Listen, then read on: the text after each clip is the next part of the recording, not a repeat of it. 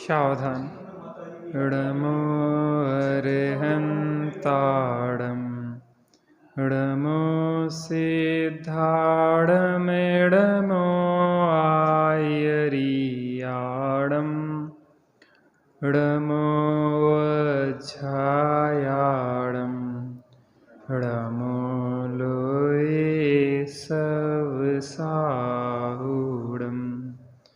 नमः समय साराय शानुभूत्या चकासते चित्स्वभावाय भावाय सर्वभावान्तरच्छिदे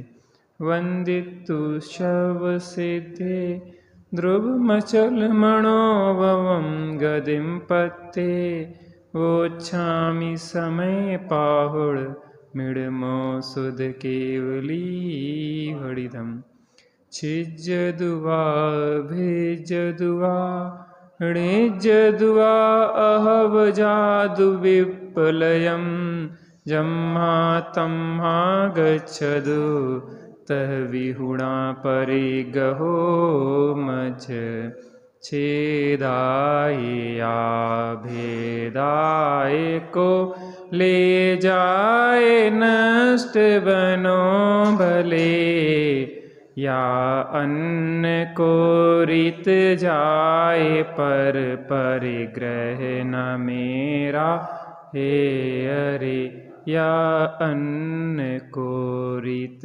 जाए पर परिग्रह न मेरा है अरे। श्री समय सारजी निर्जराधिकार गाथा क्रमांक 209। जो अपने को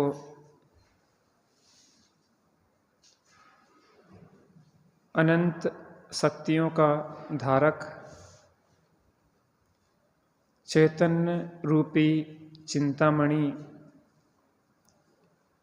सर्व सिद्धि प्रदायक आत्मा रूप श्रद्धान करता है, आत्मा रूप ही जानता है और उसमें ही स्थिर हो जाता है। वह अपना स्वामी संबंध अपने ही गुण पर्यायों से करता है। वह अपनी संपत्ति अपने गुण पर्यायों को ही जानता है, इसलिए उसे अन्य परद्रव्य की कोई आकांक्षा नहीं होती। परद्रव्य का परिणमन किसी भी रूप में हो, उसे वह प्रभावित नहीं कर पाता है। इसलिए ज्ञानी के यह आवाज़ निकलती है, छेदाय या भेदाय, कोई ले जाए या नष्ट हो जाए, या जिस किसी रीति से वह परद्रव्य परिणमित हो जाए, मुझे कोई फर्क नहीं पड़ता। लोक में भी हम देखते हैं, जिन वस्तुओं में हमारा अपनापन नहीं होता है, उनका परिणमन हमें प्रभावित नहीं करता है। चूंकि ज्ञानी को स्वपर का भेद विज्ञान हो गया है, उसने अपनी स्वासत्ता को पहचान लिया है, जान लिया है और उसमें स्थिरता पूर्वक अतीन्द्रिय आनंद को भोगा है। ऐसा ज्ञानी परद्रव्य के परिणमन से क्यों प्रभावित होगा? उसने अपना स्वचतुष्टय पहचान लिया है, स्वाद्रव्य, स्वक्षेत्र, स्वकाल और स्वभाव। सर्वस्व अपने को चैतन्य रूप ही उसने निर्धारित किया है। अपने ज्ञानादि अनंत गुण और उनकी निर्मल पर्याय ही मेरा स्व है और मैं चैतन्य स्वरूप भगवान आत्मा उनका स्वामी हूँ। जहाँ अपने स्वाद्रव्य में ही स्वास्वामी संबंध देखा है तो परद्रव्य से स्वामित्व उसका सहज ही छूट जाता है। इस गाथा में उसकी चर्चा की है। टीका के आधार पर अपनी चर्चा चल रही थी, एक बार उसको पढ़ते हैं, फिर विषय को आगे बढ़ाएंगे। परद्रव्य छिदे अथवा भिदे अथवा कोई उसे ले जाए अथवा वह नष्ट हो जाए या चाहे जिस प्रकार से जाए, तथापि मैं परद्रव्य को परिग्रहण नहीं करूँगा अर्थात अपना नहीं मानूंगा। क्योंकि परद्रव्य मेरा स्वा नहीं है, मैं परद्रव्य का स्वामी नहीं हूँ। परद्रव्य ही परद्रव्य का स्वा है, परद्रव्य ही परद्रव्य का स्वामी है। मैं ही अपना स्वा हूँ, मैं ही अपना स्वामी हूँ, ऐसा जानता हूँ। ये गाथा हमें अंतः अवलोकन के लिए प्रेरित करती है कि अगर हमें लगता है कि हम ज्ञानी हैं तो ज्ञानियों की परिणति ऐसी होती है।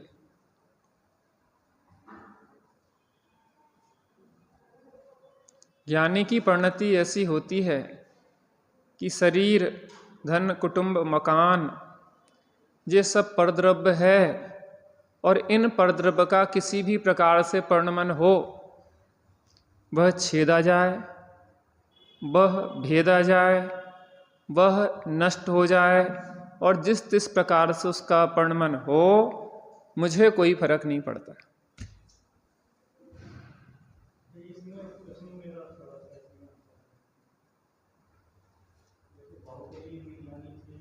अभी उसकी आएगी चर्चा। मुझे पता है कि प्रश्न सबके खड़े हो रहे हैं, उसकी चर्चा मैं करने वाला हूं, थोड़ा सा सब्र करें। ये प्रश्न सहज उठने वाला है और आप लोगों को कल से चल रहा है, मुझे पता है, लेकिन मेरा लेसन प्लान जो होता है, स्टेप बाय स्टेप हर चीज़ को खोला जाता है। पहले सामान्य से चर्चा की जाती है, फिर मध्यम रीति से चर्चा की जाती है, फिर विशेष रीति से चर्चा की जाती है, तो थोड़ी सामान्य भूमिका बनाने के बाद उसकी चर्चा चलेगी। अभी सामान्य रीति से अपन समझे इस बात को कि जिसको मैंने अपना माना है उसका परिणमन होता है तो मुझे प्रभाव पड़ता है, और जिसको मैंने अपना नहीं माना है उसका किसी भी प्रकार से परिणमन हो, मुझे कोई प्रभाव नहीं पड़ता। लौकिक दृष्टांत से समझें कि जैसे कोई की बिल्डिंग अतिक्रमण के कारण बाहर की सब बिल्डिंगें गिराई जा रही हैं, सब मकान नष्ट हो रहे हैं, लेकिन मेरा मकान सुरक्षित है तो मुझे कितनी समस्या है। पाकिस्तान की ट्रेन हाईजैक हो जाए, वहाँ नाना प्रकार से लोगों का परिणमन हो, नाना प्रकार की चेष्टाएं, समस्याएं हों, हमें क्या प्रभाव पड़ता है? कोई बात नहीं, सामान्य से एक नज़र डाली, ठीक है, खत्म कहानी। एक लोक रीति की बात है यह तो, कि जिस चीज में हमारा अपनापन नहीं है उस चीज के परिणमन से हमें प्रभाव नहीं पड़ता। या दूसरी बात, जिस चीज में हमने अपनापन छोड़ दिया है, क्या कहा? जिस चीज में हमने अपनापन छोड़ दिया है और वो किसी रूप में भी परिणमे तो भी वह हमें प्रभावित नहीं करता। ध्यान से स्टेप बाय स्टेप समझे इस बात को, बहुत गंभीर है बात और समझने लायक है, जीवन को बदलने वाली चर्चा है। 4-5 गाथाएं अभी इसी संबंध में और विशेष खुलासा की आएंगी। बात समझ में आती ना? जिस चीज में जो अपनी नहीं है उससे हमें प्रभाव नहीं पड़ता, और जिस चीज में अपनत्व छोड़ दिया है वो भी हमें प्रभावित नहीं करती। आपने जो सामान बेच दिया और बेचने के बाद अब उसका सामान हो गया, अब वो सामान को तोड़े फोड़े अन्य प्रकार से कुछ भी करे, आपको क्या समस्या? आपने अपने पैसा संभाल लिए, अपनी व्यवस्था हो गई, पट्टी से उतरे, आपकी व्यवस्था, आप संभालो, आप जाने।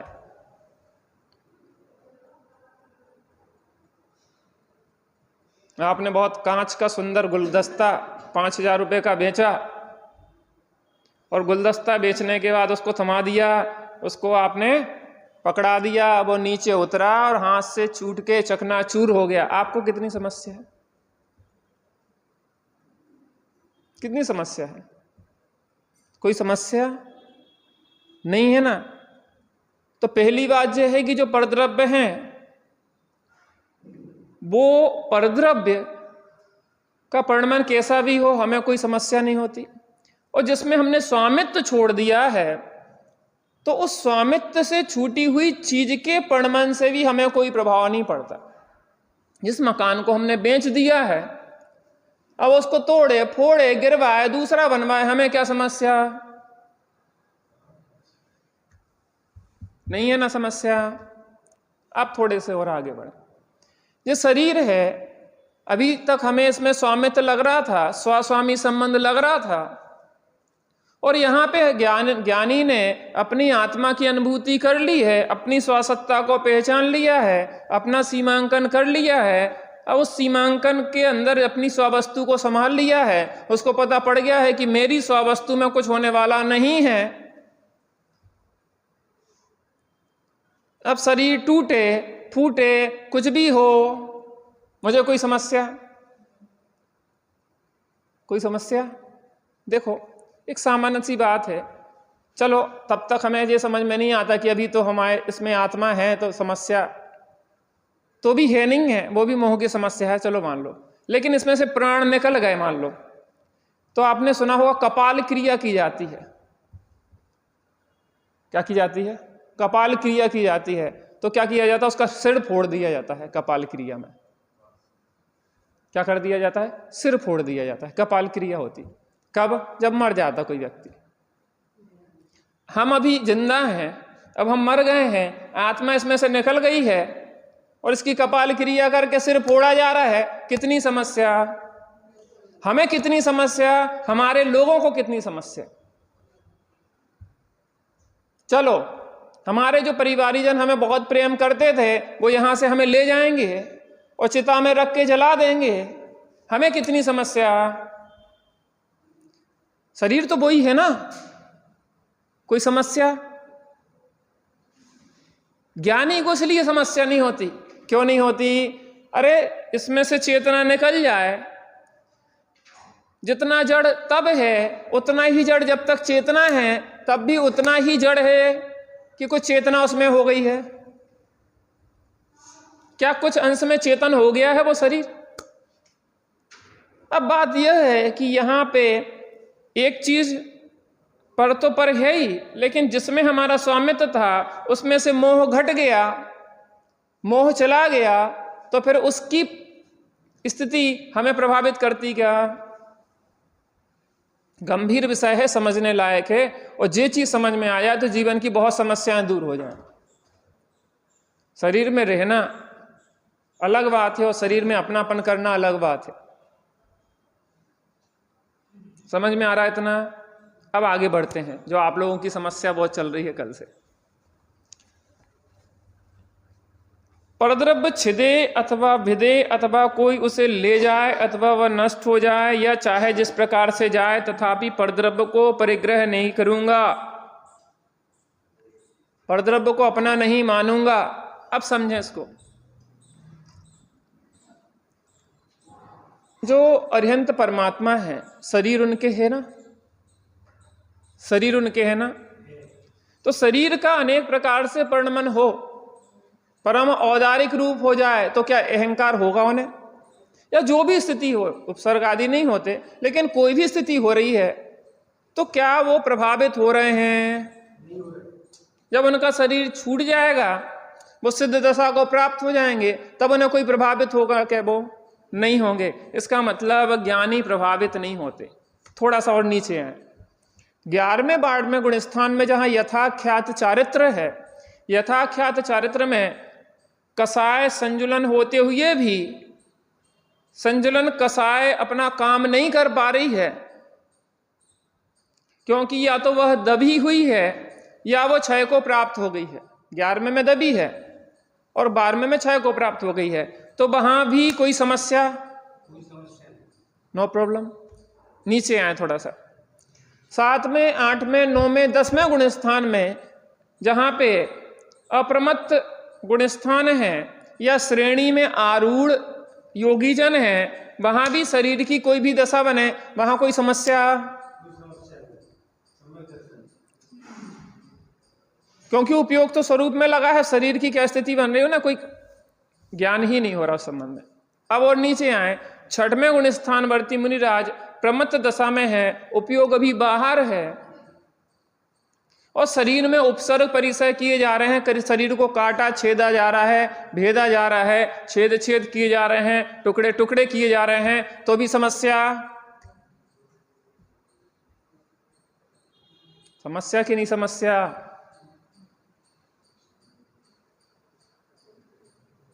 आप लोग कुछ बोल क्यों नहीं, मौन हो गए?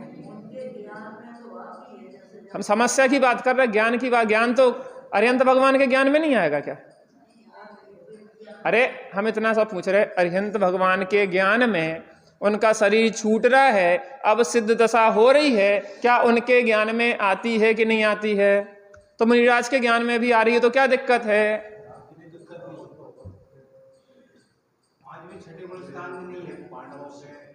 तो दिक्कत हो रही थी उन्हें, गजब हो गई। थोड़ी सी काहे की दिक्कत हो रही, थोड़ी सी दिक्कत हो रही होती तो मोक्ष न जाते।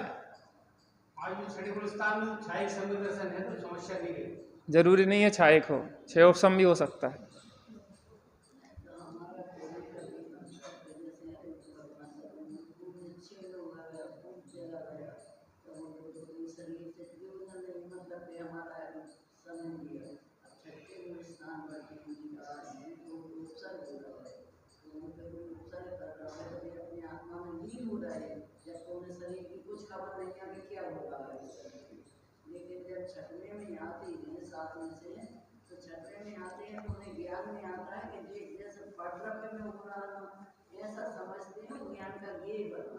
मैंने प्रश्न जो किया आपने सुना नहीं सही से। मैंने जो कहा कोई समस्या की कही, मैंने ज्ञान का निषेध किया क्या? जो मैंने प्रश्न कहा, जो बात कही कि उन्हें कोई समस्या नहीं, मैंने ये थोड़ी ना कहा कि उनके ज्ञान में नहीं आएगा। 6वें गुण स्थान में तो उपयोग तो बाहर है, ज्ञान में नहीं आएगा क्या? उनके ज्ञान में आने की निषेध थोड़ी ना किया जा रहा, समस्या का निषेध किया जा रहा है। समस्या हो सकती तो मुनिराज नहीं है, और मुनिराज को समस्या होती नहीं है। समस्या संजुलन कसाय है। अब प्रश्न खड़ा होगा कि संजुलन कसाय तो है, उस संजुलन कसाय जन राग है, लेकिन संजुलन कसाय का विषय क्या है?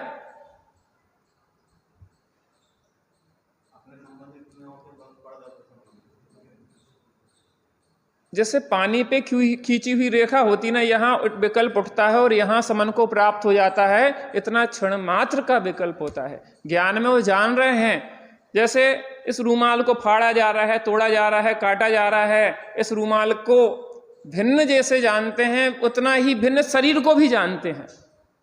जैसे एक शेर एक हिरण को खा रहा है, काट रहा है, पीट रहा है, चीथ रहा है, सब कुछ कर रहा है, वैसे ही इस शरीर को खींचा जा रहा है, काटा जा रहा है, छाटा जा रहा है, वैसे ही उतनी ही भिन्नता, जितनी भिन्नता वो शेर हिरण को खा रहा है, वो शेर इस शरीर को खा रहा है, उतनी ही भिन्नता भाषित होती है।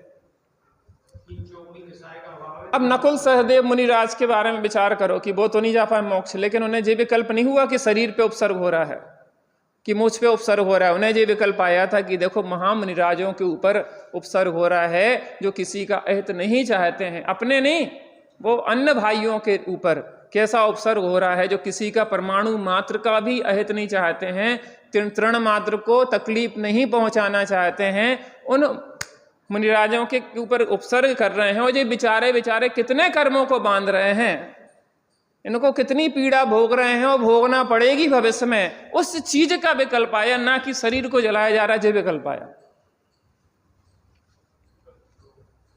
विकल्प 6वें गुण स्थान में है तो विकल्प तो है ना, स्वरूप में है तो नहीं है विकल्प।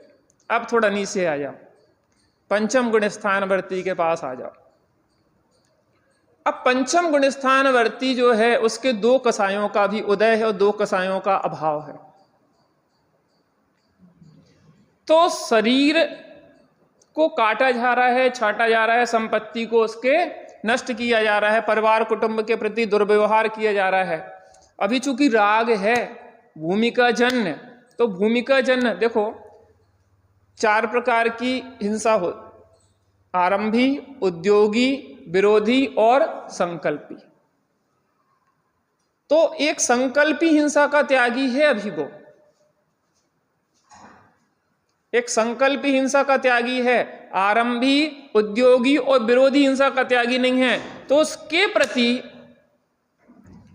कोई कष्ट दे रहा है, उसके परिवार के प्रति कोई हानि पहुंचा रहा है, उसकी संपत्ति को कोई नष्ट कर रहा है, तो उसको बचाने का भाव आएगा।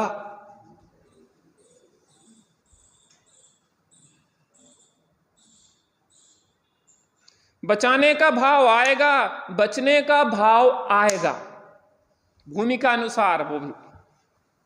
अब एक सिचुएशन खड़ी करें, हमारे पीछे एक शेर लग गया, हम पंचम गुण स्थानवर्ती, हमारे पीछे एक शेर लग गया, तो पंचम गुण स्थानवर्ती तो बैठ जाएगा कि खा लो भैया खा लो आ जाओ। ऐसा नहीं है, वो बचाव का पूरा प्रयत्न करेगा। उसकी चूंकि कसा है, बचाव का, भागेगा, दौड़ेगा, पेड़ों पे चढ़ेगा, तमाम प्रकार से बचाव बचाव भी चिल्ला सकता है, जैसे उसका उस समय कसाय है उतनी। देखो अनंतानमंदीय प्रत्याख्यान तो है ही नहीं, प्रत्याख्यान वर्ण है तो उसका भी जैसा उदय होगा मंद तीव्र उस हिसाब से व्यवस्था बनेगी। ठीक है ना।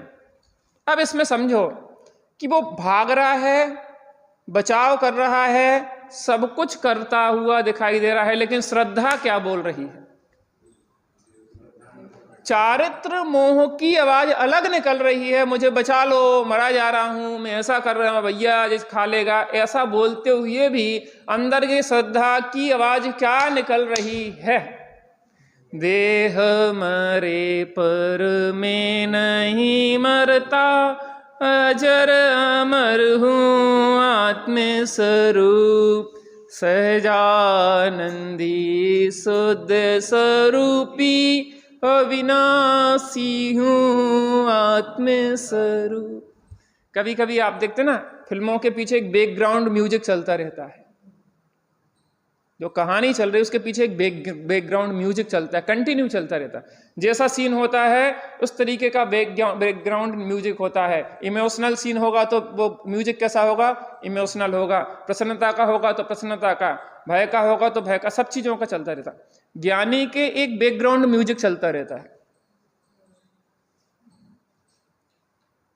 वो सदा काल बाहर में परिणमन कर रहा है, व्यापार धंधा सब कुछ कर रहा है, लेकिन श्रद्धा निरंतर यह कह रही है कि इसमें परमाणु मात्र भी मेरा नहीं। और अगर ये श्रद्धा से चलित हो जाए तो फिर सम्यक से भी चलित हो जाता है। अब एक दृष्टांत आया भरत बाहुबली का। मैं आपसे पूछना चाहता हूं कि भरत गलत थे कि बाहुबली गलत थे? जो युद्ध हुआ उसमें भाई सबसे ही पूछेंगे, शिवपुरी वाले भाई सबसे, गलत कौन था?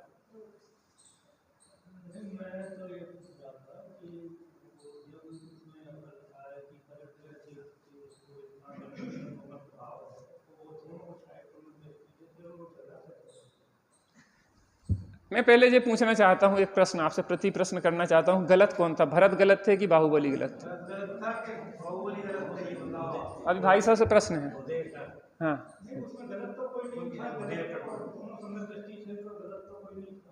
गलत कोई नहीं था। दोनों न्याय के लिए लड़ रहे थे कि अन्याय के लिए लड़ रहे थे? एक हाँ या ना बोलो बस। अब अभी किंतु परंतु वाली बात अपन बाद में करेंगे सेकंड स्टेप पे। दोनों न्याय पे थे तो लड़ना उचित था कि गलत था? एक मिनट। हाँ। अभी उस पे, अभी अपन उस स्टेप पे आ रहे हैं ना, अभी 5वें गुण स्थान तक आए अपन, अब चौथे पे आ रहे हैं ना अपन स्टेप बाय स्टेप बढ़ रहे हैं। अपन ने शुरू किया था कहाँ? अरिहंत भगवान से। अभी अपन पंचम पे खड़े होके हुई है, चौथे पे आ रहे हैं ना अपन। अब मैं आप चौथे पे आ रहा, तो अब आपसे मैं प्रश्न कर रहा हूं, गलत कौन था? दो ही नहीं थे गलत, दोनों काय के लिए लड़ रहे थे? न्याय के लिए लड़ रहे थे। और जो लड़ाई थी वो भूमिका के योग्य थी कि अयोग्य थी? अयोग्य थी, तो वह फिर क्षायिक सम्यक्ति नहीं है। या तो आप भगवान की वाणी को गलत कर रहे हैं या फिर आप समझ नहीं पा रहे हैं। उस पे चर्चा कर रहे। आपका जो प्रश्न आ रहा ना कि क्यों छेदाय भेदाय की चर्चा आ रही हो, यहां तो लड़ रहे हैं, मैं उसी स्टेप पे आ रहा हूं। लेकिन मैं आपसे जो प्रश्न कर रहा हूं उसका सीधा सीधा उत्तर दो, हाँ ना में। आप उन्हें क्षायिक सम्यक दृष्टि स्वीकार करते हैं, ठीक है। दूसरी बात, उनकी जो लड़ाई थी वो न्याय की थी कि अन्याय की थी? न्याय था, ठीक है। तीसरी बात, वो उस भूमिका योग्य थी कि अयोग्य थी? तो फिर समस्या क्या है? आपने उत्तर दे दिया, बस। तो आपने उत्तर तो आप ही नहीं दे दिया, हम क्या दें? अब आगे बढ़ते हैं, इसको समझते हैं, थोड़ा सा अपन प्रसार करें। देखो, भरत को चक्र रत्न उत्पन्न हुआ और 6 खंड पे विजय करना उनकी मजबूरी थी। यद्यपि वो नहीं चाहते थे, सम्यक दृष्टि थे, वो चाहते थे कि मैं मुनि दीक्षा लेके आत्मा का कल्याण करूं, लेकिन मजबूरी है। ये चक्र रत्न प्रकट हो गया है और इसको अगर जिसके आयुधशाला में चक्र रत्न आ जाता है उसको 6 खंड जीतना कंपलसरी होता है, उसके पहले वह दीक्षा नहीं ले सकता है। ये मजबूरी है। 6 खंड को जीतने गए और पोदनपुर आके खड़े हो गए। भाई है, क्या जीतना है इसको, लेकिन चक्र अंदर प्रवेश ही नहीं करे। क्यों? क्योंकि अभी एक राज्य बाकी है, मजबूरी है। भरत क्या करें, आप बताइए। आप भरत की जगह होते तो आप क्या करते भाई साहब?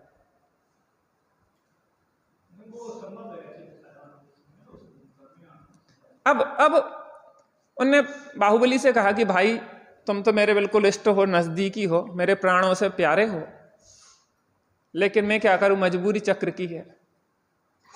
6 खंड की विजय पूरी तब तक नहीं हो सकती जब तक कि पोदनपुर को मैं अपने अधिकार में ना लूं। तो भरत सही थे ना, मजबूरी थी। प्रेम से समझाया बाहुबली को कि भाई अपने इतने भाइयों ने अधीनता स्वीकार कर ली, कोई अलग अलग बटा थोड़ी ना है अपना, सब एक ही मेघ तो है, कोई अलग थोड़ी ना है, घर की बात है। हाँ, सब अपने ही है।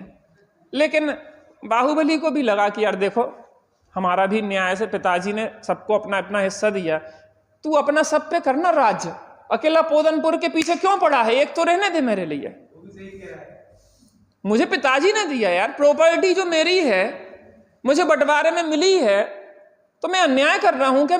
मुझे अपनी प्रॉपर्टी में रहने दो ना। वो बाहुबली कह रहे कि कोई, भरत कह रहे कि भैया मेरी मजबूरी है। अब बाहुबली का अपना पॉइंट, अब 2 पक्ष लड़ रहे हैं आपस में, पति पत्नी का मुकदमा गया है कोर्ट में, पत्नी का पक्ष भी ठीक है अपनी जगह, पति का पक्ष भी अपनी जगह है, फिर भी समस्या तो है ना। फिर अब देखना, चौथे गुण स्थान में 6 लेस्याएं पाई जा सकती है। 6 लेस्या, कृष्ण लेस्या तक रामचंद्र जी ने युद्ध किया और कितने ज्ञानियों ने युद्ध किए, लेकिन अज्ञानी और ज्ञानी में अंतर होता है। न्याय नीति के लिए युद्ध करते हैं, लड़ते हैं, अन्याय अनीति के लिए नहीं करते। रामचंद्र जी ने सीता के लिए इतना युद्ध कर लिया, लेकिन परिस्त्री के लिए कोई निगाह उठा के भी नहीं देखा। अब वो भरत बाहुबली का जो युद्ध हुआ वो मजबूरी के दोनों के युद्ध थे।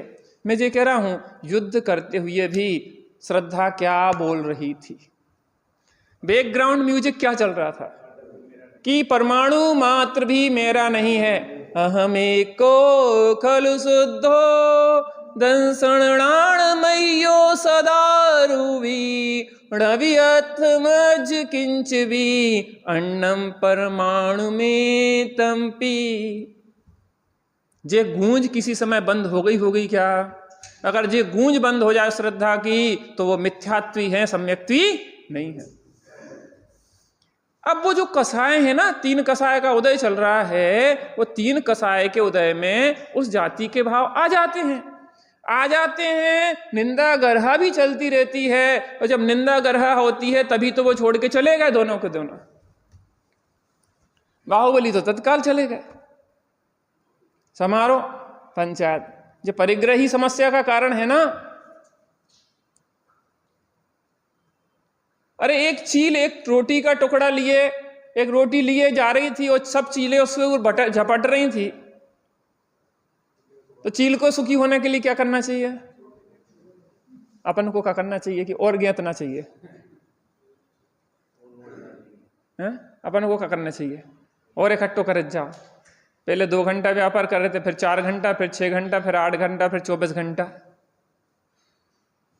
परेशानी अपनी समस्या क्या है? परिग्रह चिंता दुख ही जानो।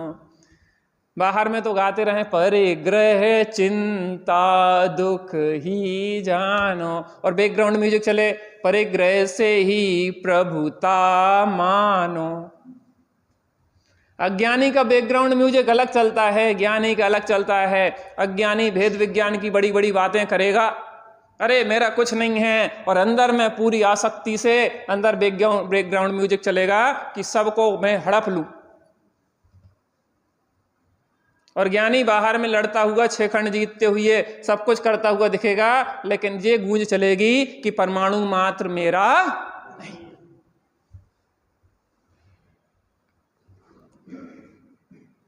समझ में आया कुछ कुछ? ज्ञानी चौथे गुण स्थान में भी क्या होती है? अन्याय, अनीति, अभक्ष का त्यागी, लोक विरुद्ध, राज विरुद्ध, धर्म विरुद्ध कार्यों का त्यागी होता है वो। न्याय नीति के लिए वो युद्ध भी कर सकता है। 6 खंड की विजय के लिए 32,000 राजाओं से युद्ध करके भी वो 6 खंड की विजय कर सकता है। अपनी स्वास्थ्य के लिए हजारों लाखों लोगों को मारना नहीं चाह रहा, लेकिन मर जाएं, विरोधी हिंसा है, मार नहीं रहा, रक्षा कर रहा है। हम अपना बचाव कर रहे हैं। अब बचाव करने में अगर मर जाए तो क्या करें? सिंह और सूकर की लड़ाई हुई, सिंह भी मर गया और सूकर भी मर गया, लेकिन सूकर स्वर्ग गया और सिंह नरक गया। क्यों? बचाव। विरोधी हिंसा का त्यागी श्रावक नहीं होता। आरंभ हिंसा का त्यागी नहीं होता। आरंभ सारंभ व्यापार धंधा करना पड़ेगा भैया, बीवी बच्चे लगे हैं, व्यवस्था तो करना पड़ेगी, लेकिन अंदर में बैकग्राउंड म्यूजिक क्या कर चलेगा? परमाणु मात्र भी मेरा।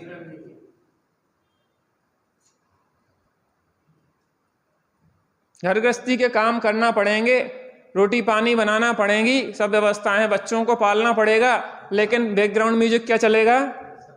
कि परमाणु मात्र भी मेरा नहीं है। उसमें ना एकत्व होगा, एकत्व में ए हूं ऐसा एकत्व नहीं होगा, शरीर में हूं ऐसा एकत्व नहीं होगा, जे स्त्री पुत्र कुटुंब धन मकान मेरा है ऐसा ममत्व नहीं होगा, मैं इनका करता हूं ये मेरे करता हैं ऐसा कर्तृत्व नहीं होगा, मैं इनका भोगता हूं ये मेरे भोगता हैं ऐसा भोक्तृत्व भाव परमाणु मात्र भी नहीं होगा। अब कोई को प्रश्न हो तो बताओ, जो शंकाएं खड़ी हो रही थी काय में?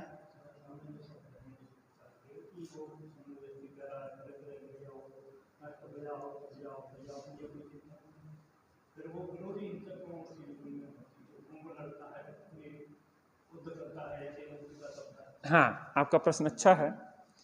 देखिए, अभी उसकी जो कसाय है वो जिस भूमिका में है, मैंने एक चीज कही, श्रद्धा ज्ञान और आचरण 3 गुणों की मुख्यता रहती है। जे विपरीत होते हैं तो संसार, और जे सम्यक होते हैं तो मोक्ष होता है। अब इसमें जो समझें, श्रद्धान ज्ञान में चौथे गुण स्थानवर्ती के क्या परमाणु मात्र में अपनापन है? नहीं है। अब चारित्र मोह की बात जब आती है तो चारित्र मोह में अंतर आता है, अर्थात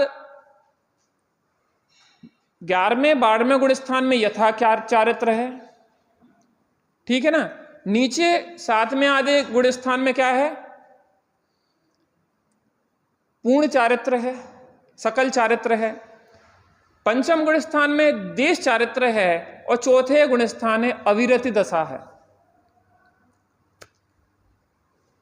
चौथे गुण स्थानवर्ती के श्रद्धान ज्ञान में यह निर्णय होगा कि परद्रव्य कटे छटे अन्य रीति प्रणम जाए, लेकिन यह परमाणु मात्र मेरा नहीं है। लेकिन अभी चारित्र मोहगत जो अस्थिरता है उसमें वह बचाने का भाव भी आएगा, रक्षा का भाव भी आएगा, लेकिन अंदर में यह निर्णय रहेगा ज्ञान में और श्रद्धा में प्रतीति रहेगी कि इसमें परमाणु मात्र भी मेरा नहीं है।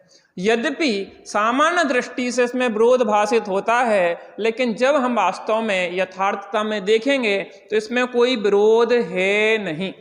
इसको ऐसा समझें, आपकी दुकान पे आपने एक मुनीम रख रखा है और मुनीम आपकी पूरी व्यवस्थाएं मिला रहा है, और पूरी व्यवस्थाएं मिलाते हुए भी अपना अपना कहते हुए भी, ग्राहकों से लड़ते भिड़ते हुए भी, और कह रहा है तगादे पे जाके मेरे पैसा नहीं दिए तो कल माल नहीं मिलेगा, ध्यान रखना, आज 12 बजे तक पैसे आ जाना चाहिए। सेठ जी कहना है जान दो छोड़ो यार, काय को इतने चेंच। अरे नहीं सेठ जी, आप बीच में नहीं बोलो, आप अपने बैठो, अपना काम देखो, हमारी बात चल रही है।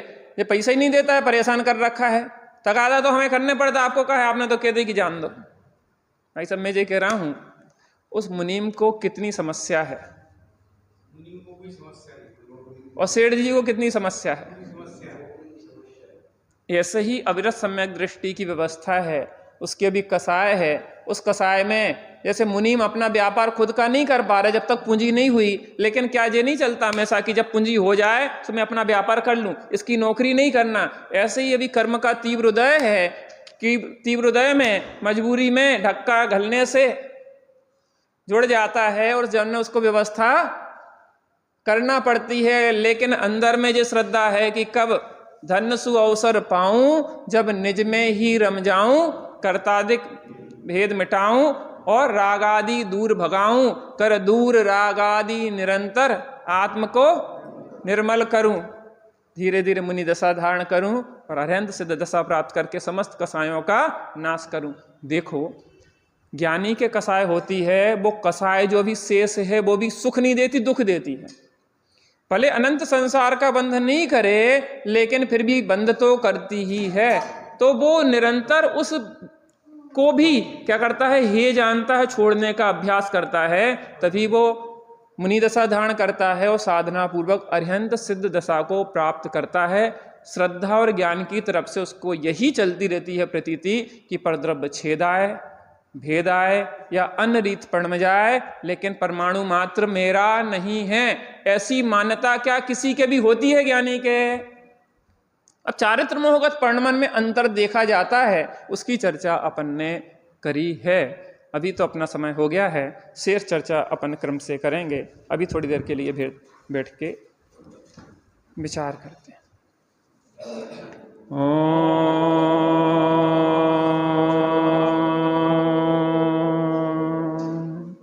शांति शांति शांति।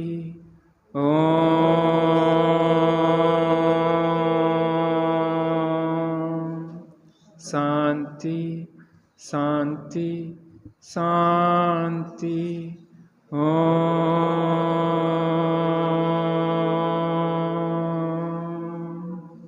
शांति शांति शांति। ज्ञानी धर्मात्माओं को जब अपनी शुद्धात्मा में ही अपनापन हो जाता है, वह शुद्धात्मा को ही सर्वस्व मानता है, अपने गुण पर्यायों को ही अपना मानता है, तो फिर शरीरादि परद्रव्य उसे अपने भाषित नहीं होते। बाहर में शरीर आदि की व्यवस्था नौकर की तरह करता है। चूँकि पड़ोसी है, पड़ोसी के घर में आग लग जाए तो अपने घर में आग लगने का खतरा होता है। पड़ोसी की रक्षा करता है, पड़ोसी की आग बुझाता है। उसका लक्ष्य पड़ोसी नहीं है, वह आग अपने में ना आ जाए। ऐसे ही ज्ञानी इस शरीर को अपने साथ लगा हुआ देखता है, परिवार कुटुंब को अपने साथ लगा हुआ देखता है, यद्यपि वह जानता है यह भिन्न है, उसके बाद भी अभी जो उसकी कसाएं हैं, उन कसायों के कारण उसे उनकी रक्षा आदि का भाव आता है। लेकिन श्रद्धा कहती है, ज्ञान कहता है कि यहाँ परमाणु मात्र भी मेरा नहीं है। अहमिक्को खलु शुद्धो दंसण णाण मय्यो सदा अरूवी णवि अथ मज्ज किंचिवी अन्नम परमाणु मित्तम्पि। हम भी अपने अंदर अपनी सर्वस्व सत्ता को निहारने का प्रयत्न करते हैं।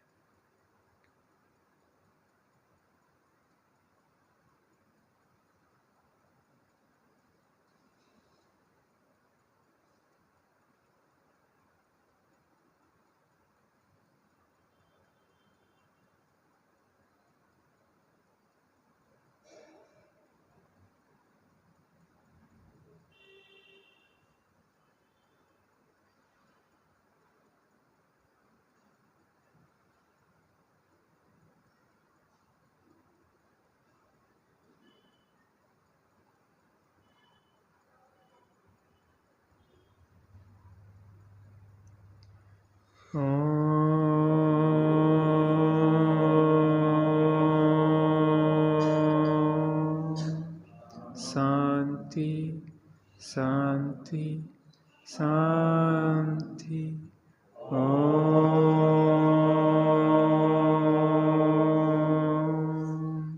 शांति शांति शांति।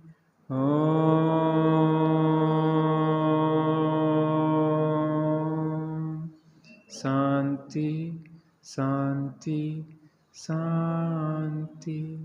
सहजानंदी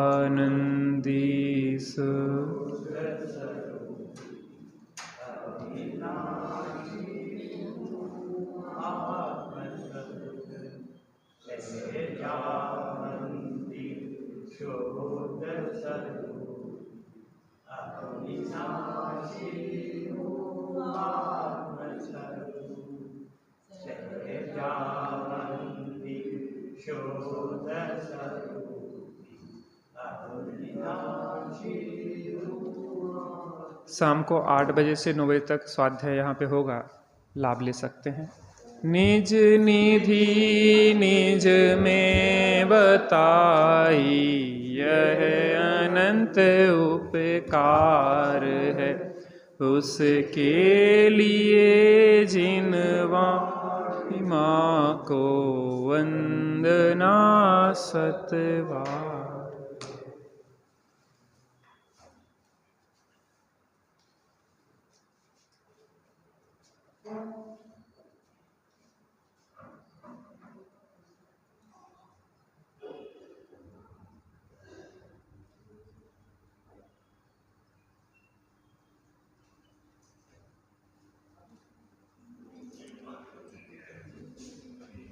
द्वादशांजलि माता की जय हो। महाजय।